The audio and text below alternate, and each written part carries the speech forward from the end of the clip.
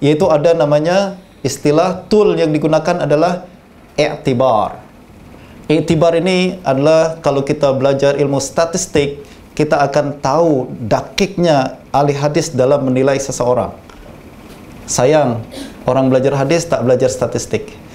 Orang belajar ilmu agama tak nak belajar sosiologi. Orang belajar agama tak nak belajar ilmu-ilmu yang lain. Bahkan dia kata, bid'ah itu semua tak boleh belajar ni. Tak berkenaan dengan ilmu akhirat.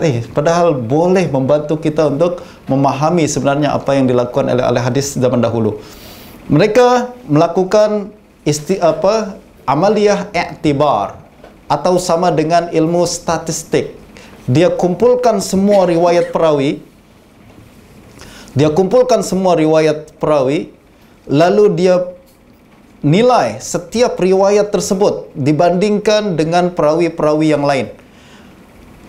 Setelah dibandingkan, akan lahir dua keadaan. Sama ada riwayat perawi tersebut muwafaqah dengan perawi yang lain, adakah ataupun dia mukhalafah dengan riwayat-riwayat perawi yang lain. Kalau banyak muwafaqahnya, maka dia dikira sebagai thiqah. Banyak mukhalafahnya, maka dia dikira sebagai dhaif. Dhabatnya tinggi atau rendah dikira daripada muwafaqah dan mukhalafah. Ini adalah amaliyah i'tibar. Tengok apa ucapan Ibn Salah. An-na'tabira ay nuwazin. Na'tabir istilahnya adalah kita buat muwazanah, kita buat perbandingan. An-nuwazin riwayatihi bi riwayati thiqatil ma'rufina bil-dhabt wal-itqan. Kita nak menilai si fulan A, si perawi namanya si Hussein misalkan. Saya nak tengok dia dhabitnya tinggi ke rendah.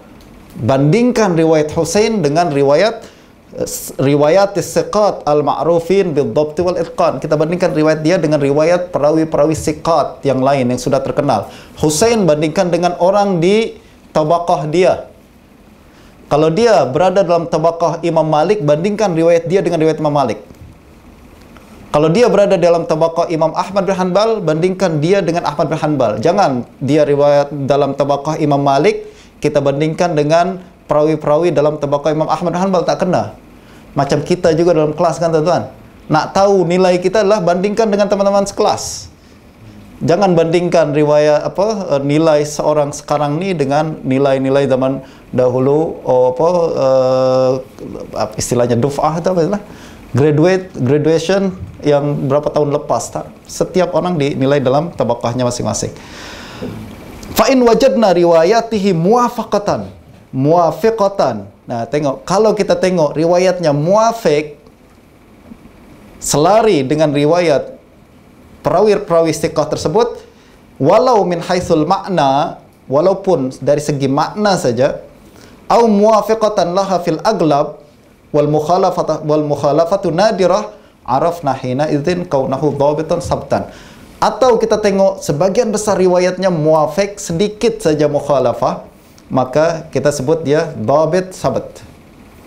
Wa in wajadnahu katsirul mukhalafah, tapi kalau kita tengok dia banyak mukhalafahnya, arafna ikhtilala dhabtihi, pada saat itu kita tahu bahwa dia dhabatnya rendah. Walam nahtaj bi hadisihi, kita tak berhujjah dengan hadis dia. Jelas ke tak jelas? Tak jelas ya? Kita kena explain lebih dalam lagi. Tuan-tuan, ada seorang ulama besar bernama Imam Yahya bin Ma'in. Satu hari, Yahya bin Ma'in adalah mujtahid mutlak dalam menilai perawi. Dia yang menilai si perawi thiqah, perawi tak thiqah. Bukan hanya adalahnya, tapi dhabatnya juga. Dia nilai fulan dhabat paling tinggi, fulan dhabat paling rendah, fulan dhabat average saja, fulan dhabat VIP lah, paling tinggi lah, hebat sangat. Ini penilaian Yahya bin Ma'in kepada setiap perawi. Satu ketika beliau masuk ke Basrah. Beliau ingin menilai dhabat Hammad ibn Salamah, seorang ulama Basrah besar, tabaqah di atas Yahya bin Ma'in. Sudah meninggal Hammad ibn Salamah, tapi dia ingin tahu Hammad ibn Salamah ni dhabatnya tinggi ke rendah. Apa yang beliau lakukan, tuan-tuan? Dia datangi semua murid-murid Hammad ibn Salamah yang hidup pada saat itu. Sebab Yahya tak jumpa dengan Hammad ibn Salamah. untuk menilai Hammad ibn Salamah, kita nilai riwayatnya daripada riwayat murid-murid Hammad ibn Salamah. Dia datangi 17 orang murid Hammad ibn Salamah. Antara lain Affan ibn Muslim, antara lain At-Tabuzaki, dan ramai murid-murid Hammad, 17 orang. Dia datangi satu persatu, ambil hadisnya, apa yang awak dengar daripada Hammad, hadis ni 100 hadis misalkan, saya dengar dari dia 1000 hadis, saya dengar 500 hadis, kumpulkan semuanya. Kata Yahya bin Ma'in, Hammad ibn Salamah ni sering salah dalam meriwayatkan hadis. Saya ingin tahu, salah dari dia ke atau salah daripada murid-muridnya? Hebat tak? Ahli hadis sampai tahu salah ni dari siapa. Sama ada salah dari perawi itu, ataukah salah daripada murid-muridnya yang meriwayatkan. Salah murid dalam meriwayatkan daripada guru. Ini sering berlaku zaman sekarang. Guru tak cakap apa-apa, murid yang cakap. Aku tak cakap macam gitulah. Tapi murid yang cakap, murid yang salah nih, bukan gurunya. Sampai ada orang yang kita tak kenal guru tu, tapi karena muridnya sering cakap terlalu vokal, akhirnya kita kata murid awak ni, guru awak ni confirm lah dia dari aliran Mu'tazilah. Padahal ketika itu jumpa dengan dia, taklah, salah murid yang meriwayatkan daripada saya. Nah, itu yang dilakukan oleh Yahya bin Ma'in, dikumpulkan riwayat Hammad ibn Salamah. Yahya berkata, kalau semua murid Hammad ibn Salamah meriwayatkan satu hadis sama semua, muttafaq alaih, maknanya ini betul daripada Hammad ibn Salamah. Kalau berlaku kesalahan dalam riwayat tersebut, maknanya salah berasal daripada Hammad ibn Salamah. Tapi kalau semua meriwayatkan dari 17 orang, 16 orang cakap hadisnya macam ni, satu orang macam tu, maknanya yang salah ni yang satu orang ni. Jadi kumpulkan riwayat tu tuan-tuan, kumpulkan riwayatnya. Masih belum jelas. Yang simple zaman sekarang lah, kita kalau jadi guru pensyarah, kita nak memberikan grade untuk murid-murid kita kan. Kita berikan grade kepada murid-murid kita. Apa yang kita lakukan? Kita bagi soalan 100 soalan kepada 100 orang murid. Siapa yang boleh menjawab 99 soalan dengan betul, kita kasih nilai berapa? Nilai A lah. Kalau 100, semua soalan 100 betul semua ustaz, zaman sekarang sudah jarang lah. Kita katakan jangan-jangan dia tengok buku ke atau apa. Tapi 99 betul, maknanya dia A. Kalau salah 10, masih A juga. Salah 20, okeylah, B lah. Ya tak?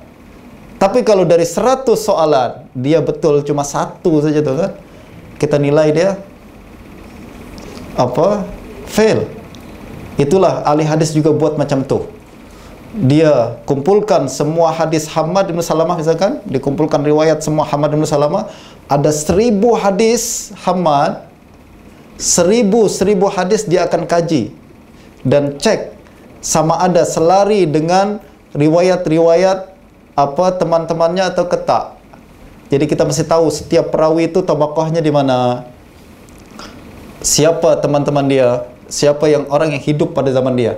Hammad ibn Salamah dia hidup selari dengan Hammad ibn Zaid, sezaman dengan Hammad ibn Zaid, sezaman juga dengan Malik bin Anas, sezaman juga dengan Syu'bah ibn Hajjaj, sezaman juga dengan Imam Ismail bin Ulayyah, Sufyan Ats-Tsauri. Ini satu angkatan semua. Apabila dia meriwayatkan hadis berbeza dengan riwayat ulama-ulama ni, maka kita katakan awak telah melakukan mukhalafah, dan mukhalafah tanda awak salah. Salah satu tak apalah, masih siqah lah. Dari 1000 hadis dia berlaku mukhalafah dalam sebuah hadis, maka kita katakan dia masih siqah. Tapi dari 1000 hadis dia berlaku mukhalafah sampai 900 hadis misalkan, ini udah dhaif dhabatnya sangat lemah. Awak telah melakukan kesalahan 900 daripada 1000, maka dikatakan awak telah dhabat awak salah, dhabat awak rendah. Tapi kalau dari 1000 hadis dia cuma melakukan kesalahan 5, 10 saja. Tak ada orang yang betul semua riwayatnya. Bahkan Imam Malik sendiri ada berapa riwayat beliau salah. Kalau begitu, masih siqah. Yang salah biasalah, namanya manusia. Paham kata Pak? Inilah namanya dhabt, tuan-tuan. Susah untuk kita lakukan pada hari ini, dan saya katakan menilai dhabt perawi pada hari ini sudah tak mampu lagi dilakukan oleh ulama sekarang ni, sehebat apapun dia, setinggi apapun darjatnya dalam hadis. Awak nak sebut dia hafizul asr ke, muhaddisul asr ke, awak nak sebut dia sebagai imamul muhaddisin fi hadzal zaman ke, dia tak mampu untuk melakukan amaliyah iktibar macam ni. Tak ada lagi yang mampu melakukan perkara tersebut melainkan pada ulama mutaqaddimin dulu.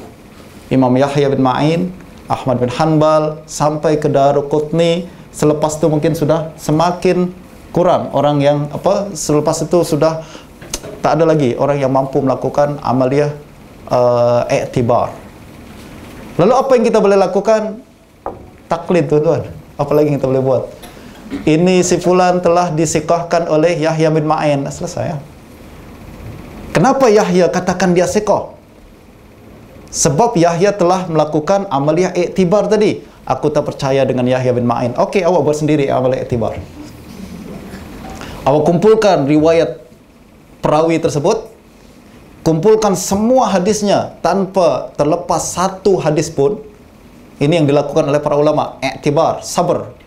Dikumpulkan semua hadisnya, lalu setiap hadis kaji dan bandingkan dengan riwayat-riwayat rekan-rekan dia yang hidup sezaman dengan dia. Setengah mati, tuan-tuan, buat.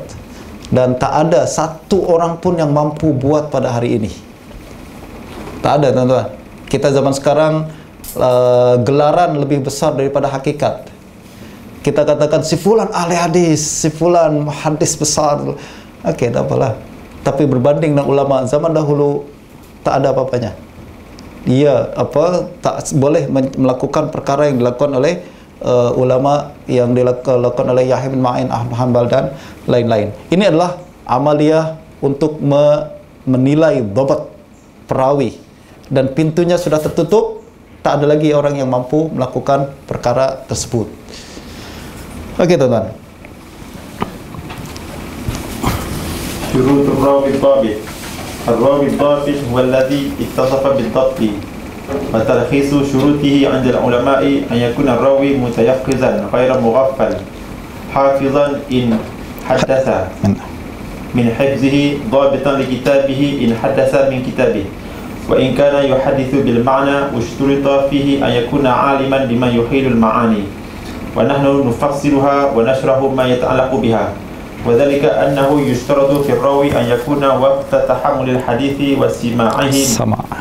وسماعه مميزا ضابطا، لأنه متى لم يكن كذلك كان غير عالم بما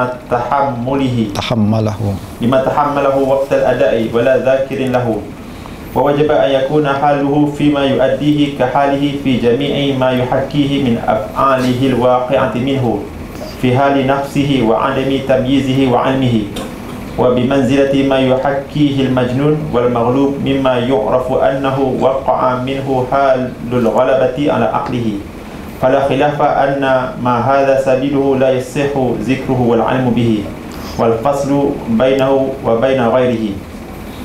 فوجب لذلك كون المتحمل وقت تحمله عالما بما يسمعه واعيا ضابطا له، حتى تصح منه معرفته بعينه عند تذكر له كما عرفه وقت التحمل له، فيؤديه كما سمعه بلفظه إن كان ممن يؤدي الحديث بلفظه، وإن كان ممن يؤديه على المعنى فحاجته إلى مراعاة الألفاظ والنظر في معانيها أشد من حاجة الراوي على اللفظ دون المعنى.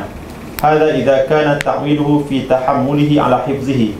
فأما إذا كان سيء الحفظ فقد ذهب قوم من أهل العلم إلى أن الضبط وقت التحمل ليس بشرط في صحة السماع، لكنه إذا أصغى وهو مميز صح سماعه وإن لم يحفظ المسموع ويقيده بالكتاب. واستدل العلماء على جواز الاعتماد على الكتابة بالحديث الصحيح الذي فيه أنه صلى الله عليه وسلم أذن بكتابة خطبته التي خطبها يوم فتح مكة بالصحابي الذي طلب كتابتها. ولفظ الجملة: فقام رجل يقال له أبو شاه من أهل اليمن فقال: يا رسول الله اكتبوا لي. فقال رسول الله صلى الله عليه وسلم: اكتبوا لي أبي شاه. Kenaan dengan dopat ini juga teman-teman, untuk lebih jelas lagi, ada sebuah hadis yang diriwayatkan oleh Imam Malik bin Anas dalam kitab Muwatta daripada Zuhri, Zuhri an Ali ibn Husain an Amr ibn Utsman an Umar ibn Utsman, kata Imam Malik, an Usamah ibn Zaid an Nabi sallallahu alaihi wasallam qala: la yarisul muslimul kafira walal kafirul muslim. Semua perawi, jadi Imam Malik meriwayatkan hadis ini daripada Zuhri. Zuhri meriwayatkannya daripada Ali ibn Husain Zainal Abidin. Ali ibn Husain, kata Imam Malik, meriwayatkannya daripada Umar ibn Utsman ibn Affan.